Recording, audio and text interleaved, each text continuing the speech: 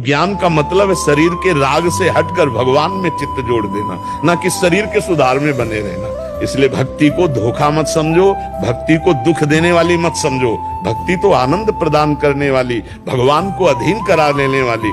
भगवान कहते हैं अहम भक्त पराधीनो असुतंत्र युद्ध, भगवान भक्त के अधीन हो गए।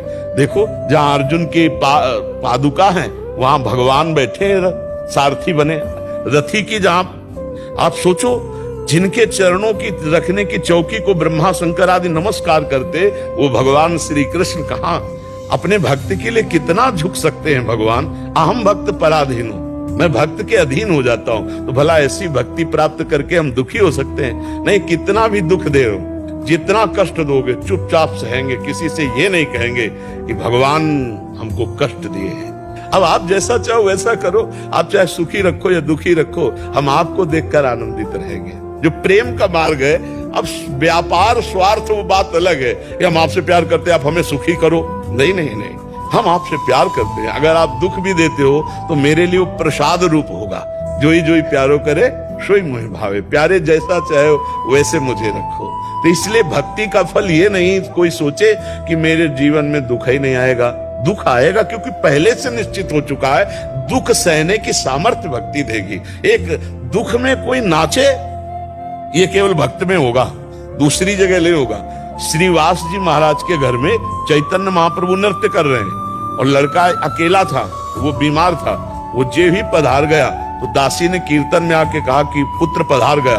उनका सांस मत लेना, महाप्रभु चैतन्य देव कीर्तन कर रहे हैं, अगर उनके कीर्तन में बाधा पड़ी तो फिर हम अशांत हो जाएं। और करताल लेकर खूब जोर जोर से नाचने लगे।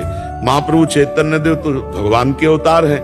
तत्काल कीर्तन रुका और कहा कुछ बात हो गई क्या मेरे मन में? तो किसी ने बताया कि श्रीवास का पुत्र पधार गया। श्रीवास को देखा तो करताल लेकर नाच। तो उनका श्रीवास तुमने बताया नहीं कि पुत्र पधार गया?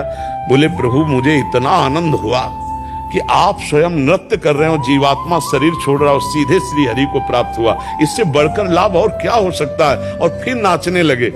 अकेला पुत्र मरे और वो करताल लेकर नाचे, ये भक्ति देती है, ये भक्ति देती। दूसरे में सामर्थ्य नहीं, भक्ति का यही फल।